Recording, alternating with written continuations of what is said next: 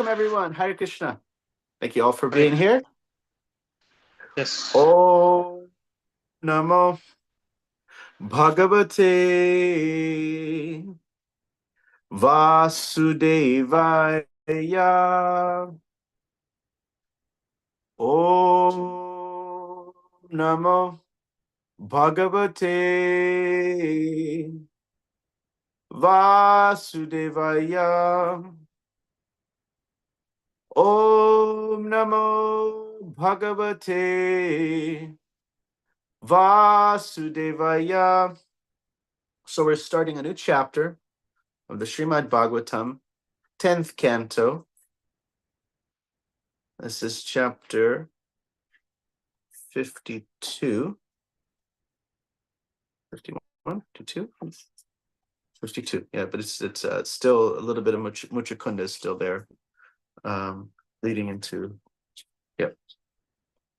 And then we have the chapter introduction, and then we have verses 1 through 4.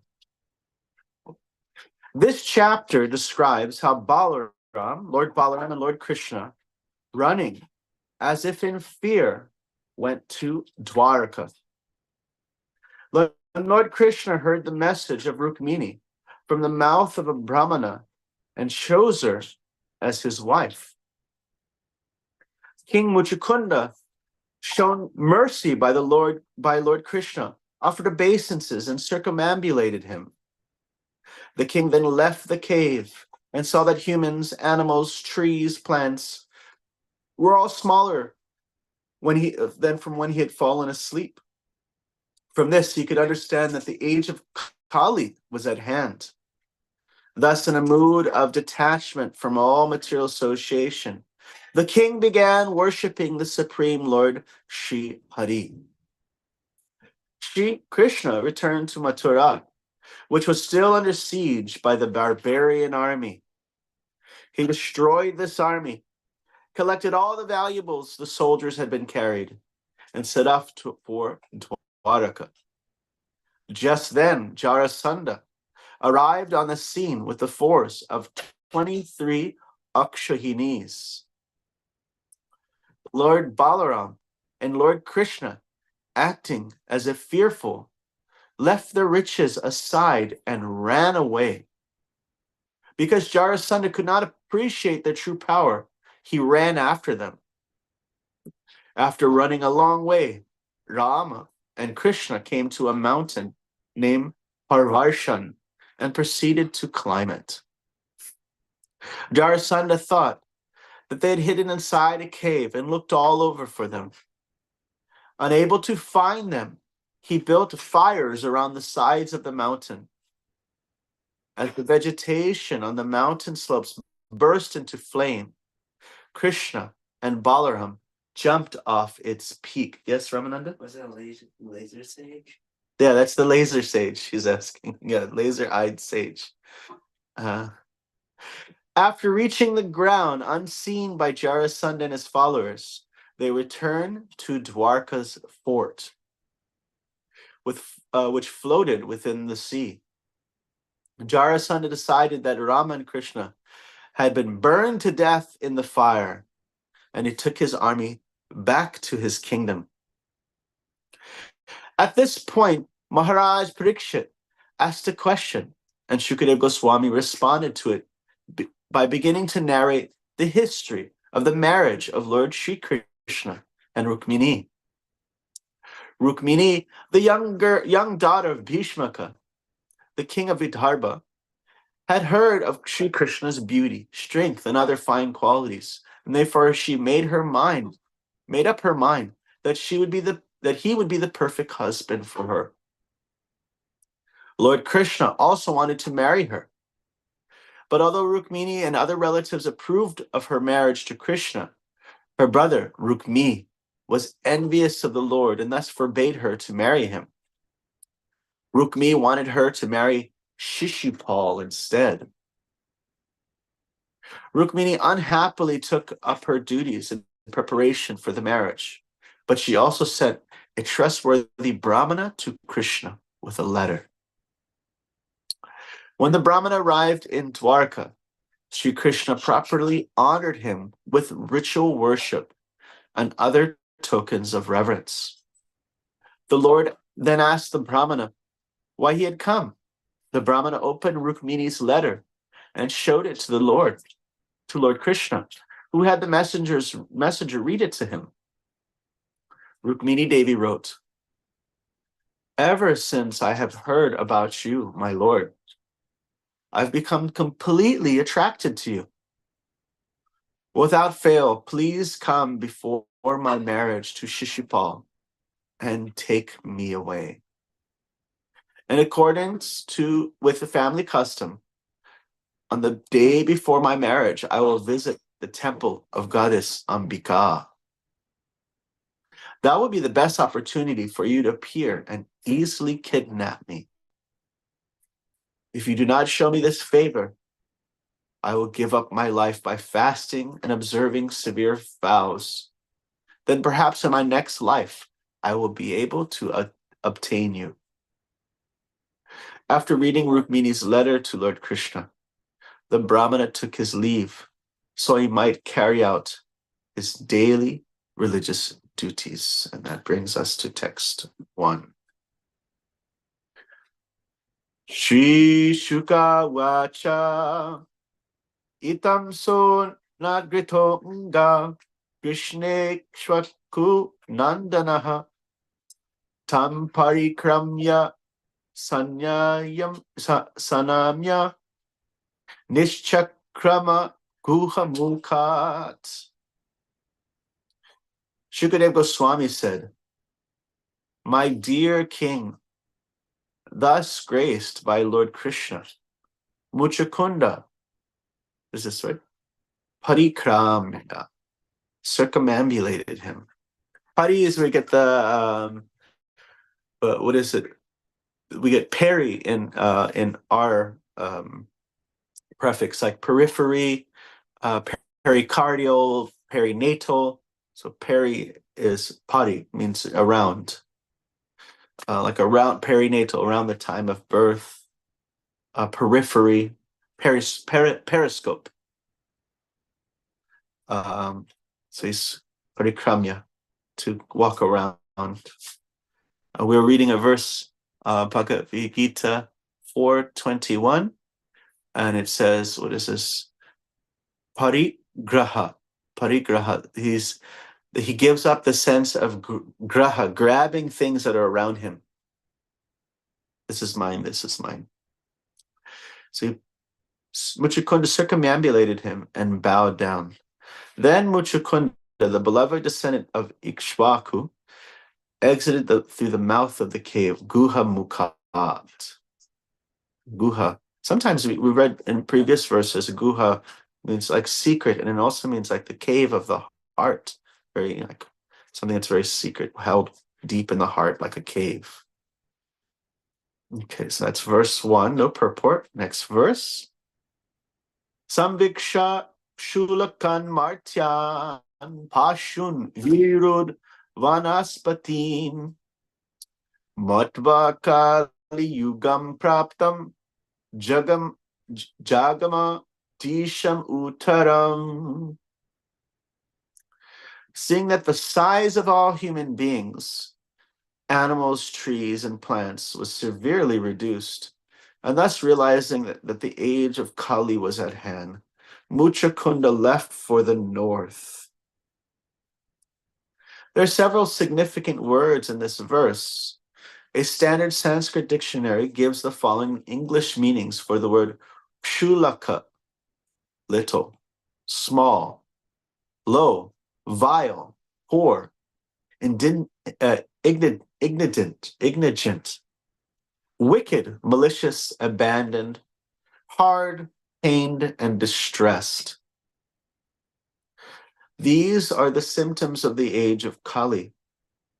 And all these qualities are said to apply to men, animals, plants, and trees in this age.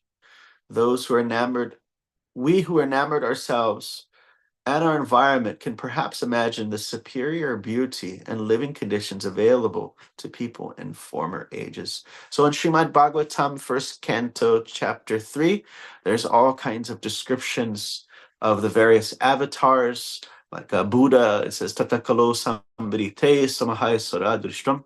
Buddha Anjana Sutaha Kitishu Bhavishati. The Lord will appear and as Buddha in the province of Gaya, the son of Anjana, and he will delude those who are envious of the faithful theists. So this is one incarnation that's described.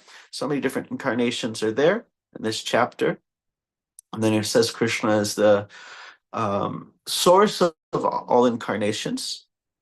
Ete chamsa sakala pumsa Krishnastu Bhagavan Swayam. Is like if you see a limo pull up and there's all these people that are coming out of the limo, and you say all of these people are important, but that man is the president. So they give this distinction of Krishna's, the avatar, the source of incarnations.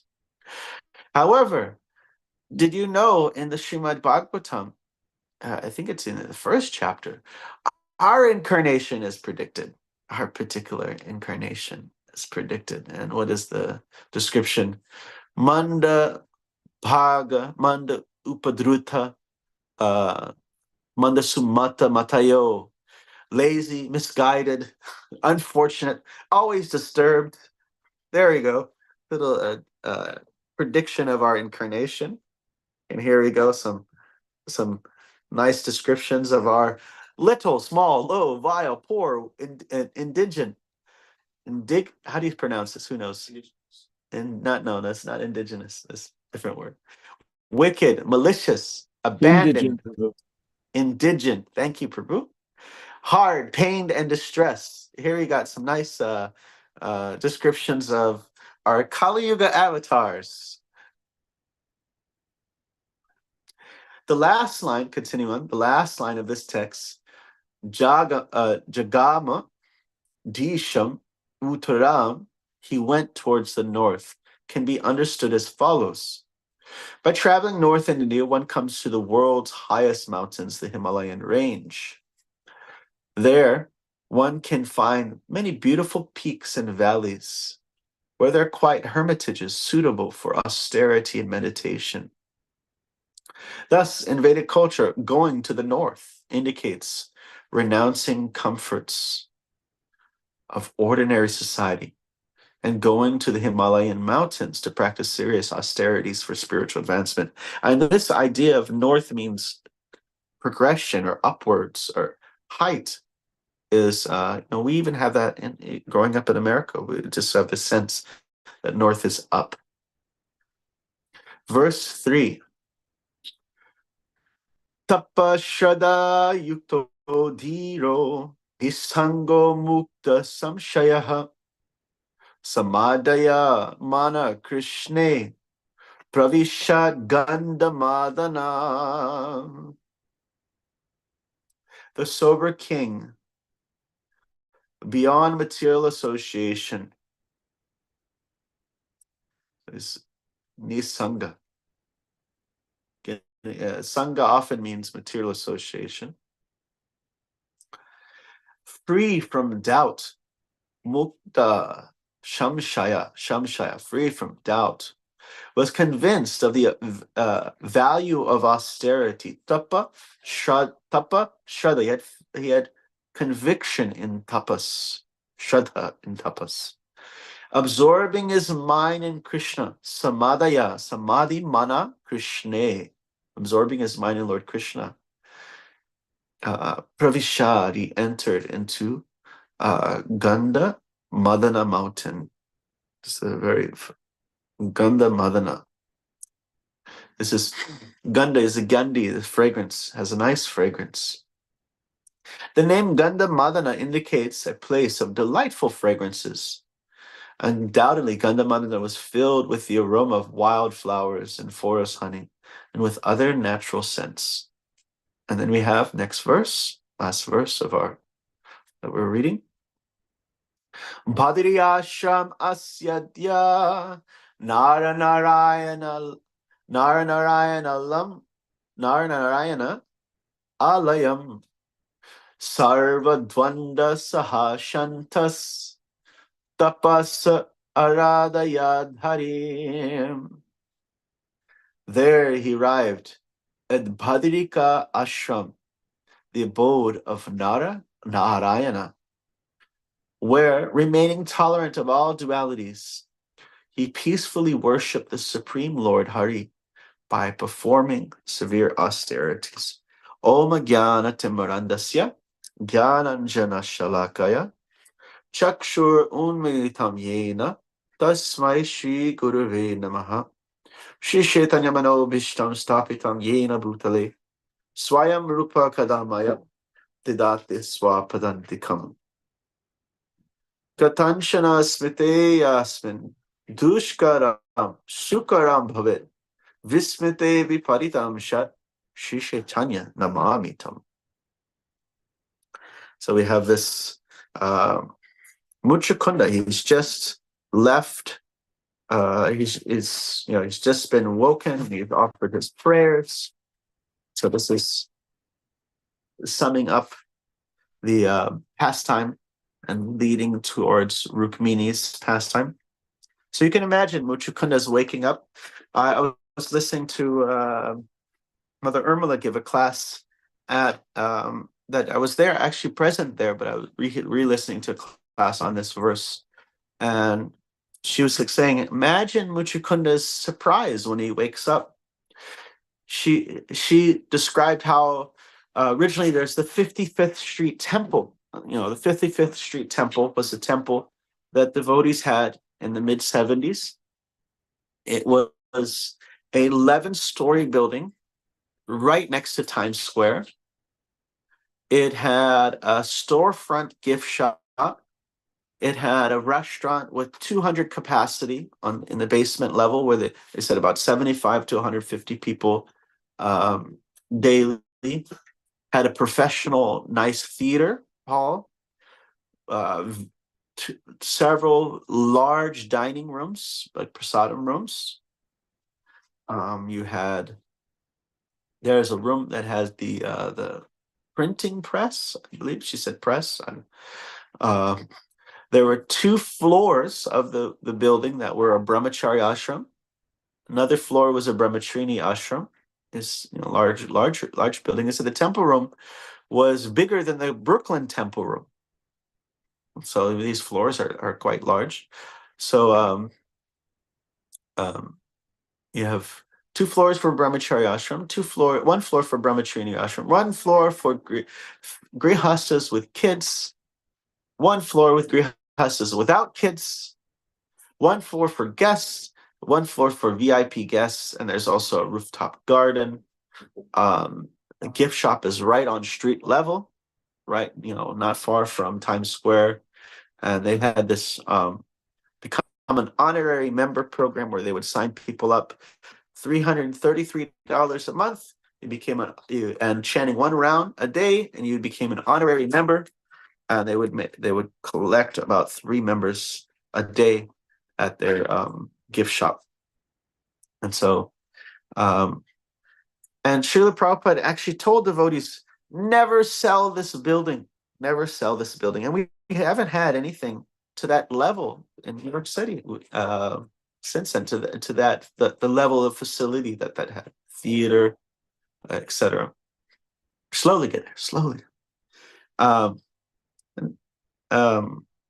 One devotee decided to sell it, and she was so unhappy about this decision that 1 New York Rath Yatra, 2 New York Rath Yatras, 3 New York Rath Yatras, and she just didn't want to come and visit because she was it was like heart-wrenching seeing the difference, what was there before.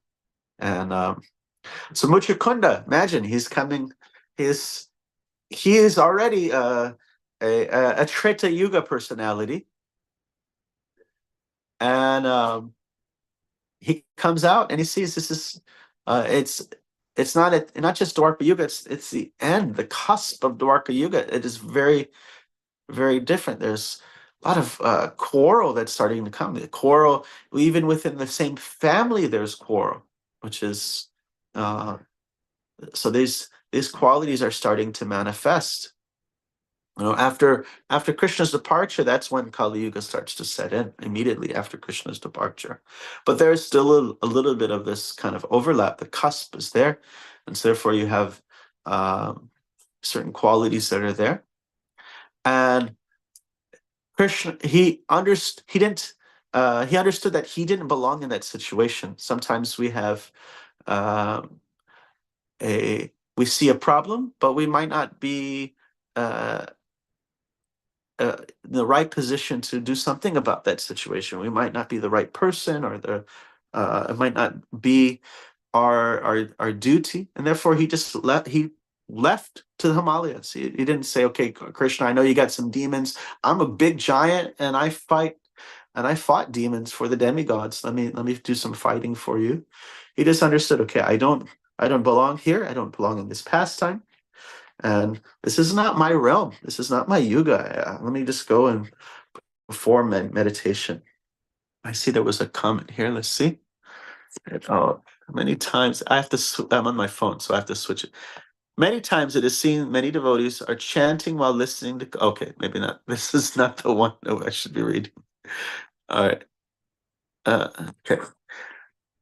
I guess that's not a message for me. Hare Krishna. If the Bhagavatam speaker stops and chants japa, then yeah. So here we have he's going to Badarik Ashram, the abode of Nara Narayan. Somebody can tell me who is Nara Narayan? Anybody? Supermost human being? Supermost, is it one person? Arjuna Krishna. Arjuna and Krishna. And so I know this is often sometimes devotees read it and we're a little bit confused. Sometimes it sounds like it's one person, but if a little bit of investigation, you'll see it's two twin adult brothers, Nara and Narayan, and they're the illustrious sages. They're they have some relation to the Bhagavatam. I forget what the term is, but many literatures have there's like a chief verse, a chief sage, a chief mantra, and so they are the sages for the Bhagavatam. In fact, this verse that we chant in the beginning of the Bhagavatam class, that is the first verse of the Mahabharata, the one that has the Narayan invocation. And actually, Prahlad Maharaj, this is pastime in the Vamana Purana. Prahlad Maharaj, he heard about the wonderful different holy places, and he decided, I want to go to Naimisharanya, and I want to go to Badarik Ashram on earth, because I heard these are like all wonderful, beautiful, sacred places. He heard that's from Chavanamuni. And so he decided to go. And there he saw, he came and he saw this beautiful town, hermitage, but then he saw a tree, a pine tree that had arrows all stuck in it. And then he saw these sages with these serious weapons. One had the Sharanga bow, and the other one had another type of bow. And he was thinking, well, why are you carrying weapons? You guys aren't real sages. You guys are like warriors pretending to be sages. And he became very angry. And they said, why are you carrying weapons? They said, well, anyone who's powerful, they can do whatever they want. The show of their skill is dharma. It is righteous. And so Arjuna became very upset, and a battle ensued between Arjuna and Narayan Rishi, and they're fighting different astras, different powerful weapons. And Prahlad Maharaj was defeated, and he went back to he actually went up to Vaikuntha, and he said, what's going on? I can't. I'm fighting these individuals, and they have overpowered me. He said, well, it's me. It's my planetary expansion, along with my energy, my devotee Nara. And the only way Prahlad Maharaj made a vow to defeat them, so it was a little bit of a difficult situation. He said, well, they can only be defeated by devotion. And so Prahlad Maharaj came back, and he offered his obeisances and his devotion, and they were like, hey, why are you coming back here in such a different mood? He said, well, I understand. You are my Lord. And he was blessed like that. So this is a little interaction, Prahlad, and there's a backstory in also the Padma Purana. It's a very exotic backstory. He was called. There was a demon. What is it? The Nivata Kavacha. Who knows the word? He had he had 1,000 shields, 1,000 mystical shields on his body. Not the what is? Who knows? Anybody?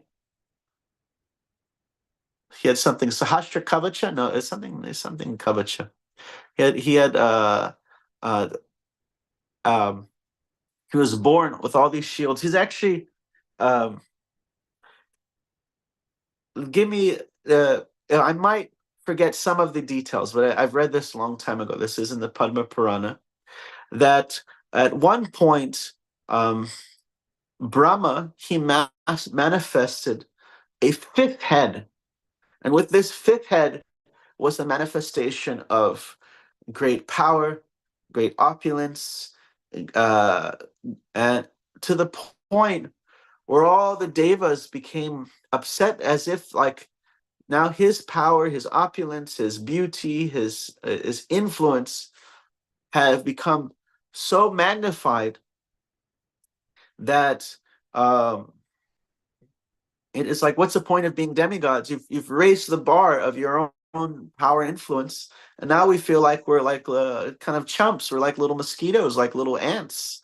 And so they engaged, I believe, Lord Shiva in removing that fifth head. And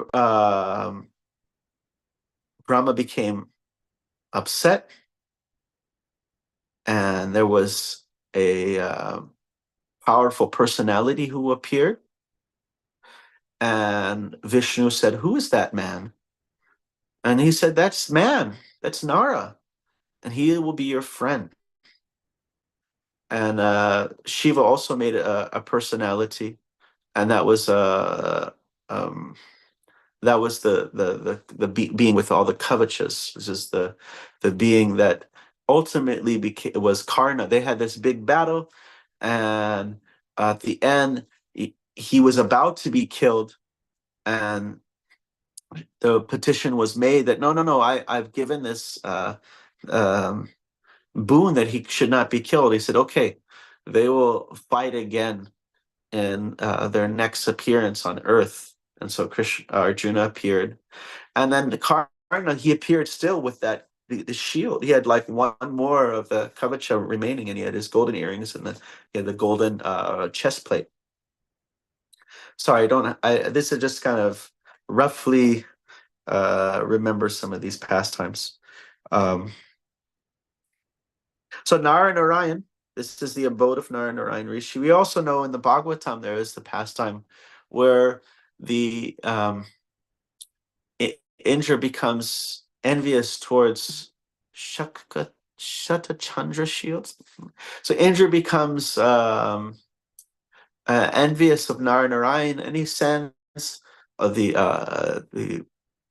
spring, the beautiful atmosphere of spring. He sends Rati, he sends Cupid, and they all come to try to entice and bewilder the twin brothers.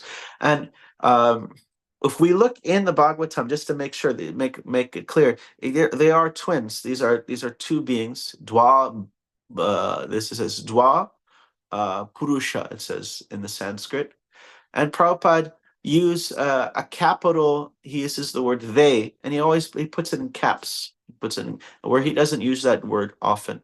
Usually he or she, but they use they, because we often see it says Nar, Narayan, Rishi. We might consider that it's a single person instead of rishis. But he says they like many times, and then he also in the Sanskrit you'll say it says these two brothers.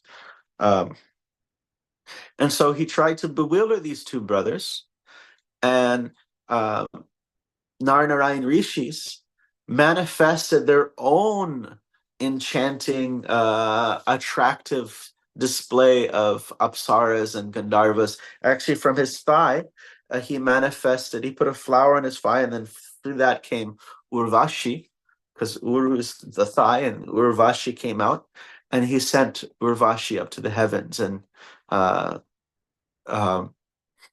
Indra, thus surprised and amazed, backed off from the whole situation. A little bit about Narayan Rishi. So let me just read the verses again.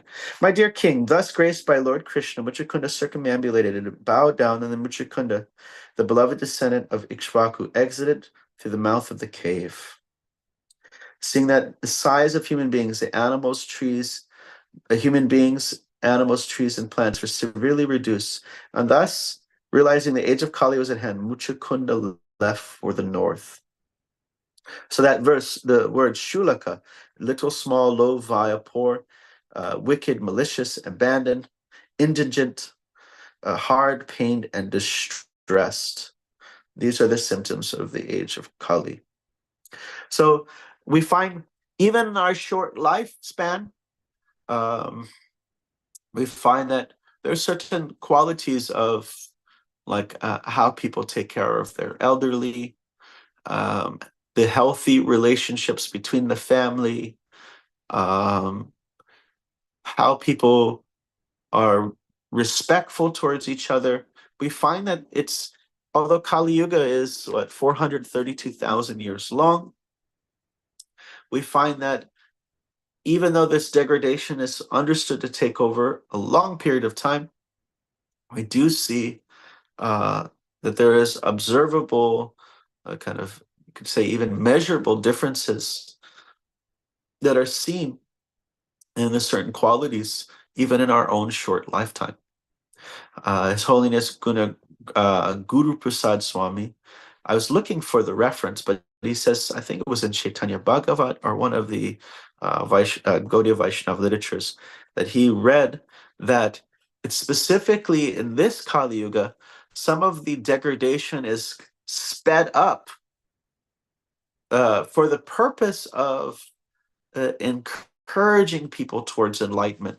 It's kind of like if the frog is sitting in a slowly boiling pot, then he doesn't even notice. He's like, "Oh, this is a nice little hot tub. Sit here," and then he just sits there too long, and then he gets cooked alive. But if it starts to heat up really fast, then he noticed, wait a minute, there is a problem here. And so he mentioned, I couldn't find the reference, but he mentioned that it's that he had read or heard somewhere that it's specifically in this Kali Yuga, which is the Kali Yuga that Lord Chaitanya appeared, that it's made in such a way that a person can notice that there's something wrong going on, and that can impel them towards a spiritual solution. And oftentimes when people talk to us, they ask about like, hey, do you have? What is your? We find in different religions there's like in the Bible, there's Revelation where everything is going to hell. It's all going terrible. It's basically Kali Yuga. Or you have different scriptures like even Islam is describing a type of degradation, and it says, "What is your concept?" And as Gaudiya Vaishnavas, we explain that there is what is called a golden age that is the beginning of Kali Yuga, starting from the appearance of Lord Chaitanya. And so you have this degradation that is going down, but it's also it's that sped up degradation where it can inspire people to look for a better spiritual solution. Therefore, Bhaktivinoda Thakur and our acharyas predict that the holy name of God will become a standard practice in every town and village. People will take up this practice of spiritual kirtan. He doesn't necessarily say it in like a dogmatic way that they will all become card-carrying Hare Krishna members with they all have 3 strands of tulsi beads, and they will all. But he says more broadly that everyone will be attracted to this practice of chanting the holy name of God. And we also may start to notice that actually people, if you speak with people, people are have some kind of say disgruntled view towards religion, but still some appreciation for spirituality. Not just spirituality. Many people have faith that there is God, but they just are not willing to accept a dogmatic package that, okay, if you want to accept God, then you have to be in this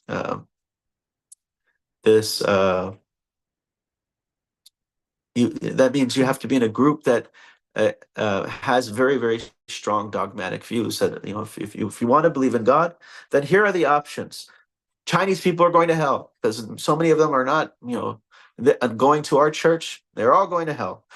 Or if you want to believe in God, then all these people in all these other countries, they're all just going to hell. And so you have a lot of people that have some particular interest, faith, but they're not willing to go that route. Therefore, Srila Prabhupada, in a purport in Bhagavatam, he says that a lot of these Abrahamic presentations, they don't provide very logical and scientific information. It's not very intelligent. Often it's their great philosophical holes, and therefore, because of that, they often are kind of pushed towards agnosticism or even pushed towards atheism. Maybe I can find the verse or find the purport. You could read that. But because the spiritual traditions are not being presented in an intelligent, logical way, people who have this little interest, they have this internal faith that there is some kind of, as people like to say, the universe. There is some kind of all-pervading, but benevolent, yet conscious observer who is there, which is just another way of saying God. But as I said, they're not willing to accept dogmatic package that comes with that. They're not willing to accept that kind of presentation. So as devotees, it is our job to present a logical, scientific explanation. We find that our acharyas are going out and challenging all the different anything that goes against love and devotion towards God. They come and they challenge all these conceptions. The ancient acharyas, modern acharyas, they go out and they bravely challenge any kind of conception that takes people away from the lotus feet of the service of Radha and Krishna. And therefore, our duty is also to do the same. And therefore, we are in the city. We're in the city. We come and we're presenting information that is hopefully attracting people, not just on a way of trying to cause fear in their hearts, but it's making intelligent connections. It is resolving the doubts that they've maybe have seen in previous associations with religious traditions. And it's also not just resolving doubts and is intelligent, but it's giving them a practical application that gives them experience of Krishna. And so when people come and serve Krishna, they chant Krishna's name, or they serve Krishna like you have Adipurusha engages so many people in serving prasadam, and he tells this is service to God. People begin to taste, they begin to experience something. And so we want to give them something that is intelligent and something that is experiential. And so, oh wait, it's actually over time already. So stop here, see if there's some comments or questions.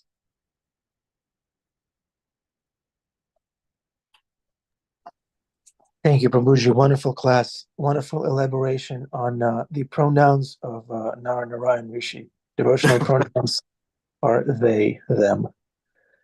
Okay, any questions, reflections? We see Janita in the frame. No? He's deferring to Adipurusha Prabhu. Unmute. Hare Krishna. Hare Krishna, go ahead. Hi, Krishna Ru. Can you hear me okay? All right, thank you very much. The extent of your erudition is amazing. You know how many stories we know. I'm a little slow in the take-up. I appreciate the fact that you explain a story and then you illustrate a principle that's being conveyed to us by the story. When you were reading the, what's it called, the chapter introduction, you read that today? Yes. One thing that occurred to me is just a reflection. Rukmini, she heard about Krishna and she wrote that letter. She said, Lord, I only want you. And if I can't get you, then I'll just fast until I die. You know, and she was so focused on how wonderful Krishna is that she just said, this is what I have to look at. This is what I desire. And when we hear from Scripture, our desire is purified. In the Bhagavad Gita, Krishna says, Sarvasya chaham mriti sannivisto matasmritya jnanam apohanam cha, that Krishna sees the desire in our heart, even in the deepest corner of our heart, even the most subtle desire, and he grants that desire. And if we want Krishna, we'll get Krishna. Or if we want forgetfulness, we'll get that. So I was thinking, wow, this girl, she's got it. It's so nice, you know. She said, Lord, I just want to be serving you, even if I'll die if I can't. So I really felt moved by that. Okay, the class is ready for Krishna's appearance here. Jai.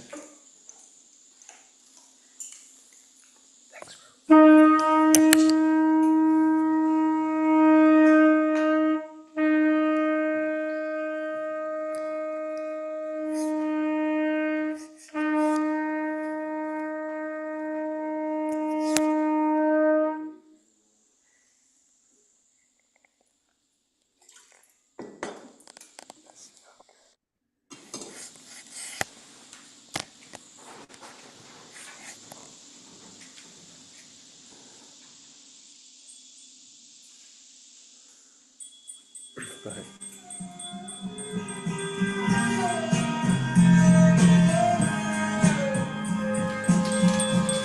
Jai Shri Ram Murlidhar Gaur Chandra ki.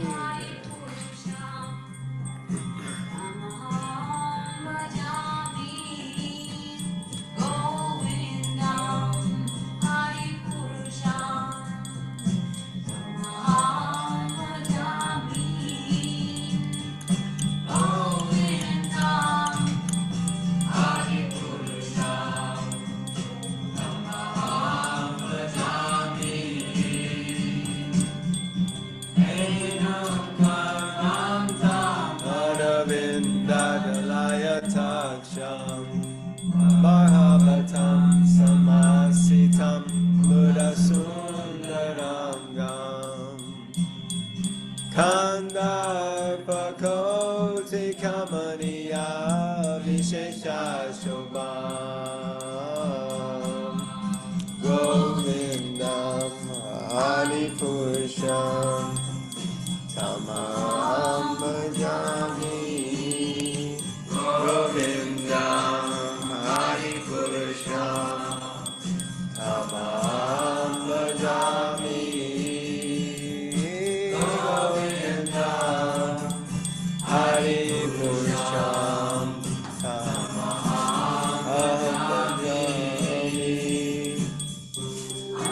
Anganiyasya Sakalam Viravriti Manti Asyanti Pampi Kalyanti Shiram Jaganti Anandachimaya Sadhu Tvala Vigrahasya Govindam Hari Purusham Tamam Bhajami Govindam Hari Purusham Tamam Bhajami Govindam Hari Purusham Tamam Bhajami Govindam Hari Purusham Tamam Bhajami Govindam Hari Purusham Tamam Bhajami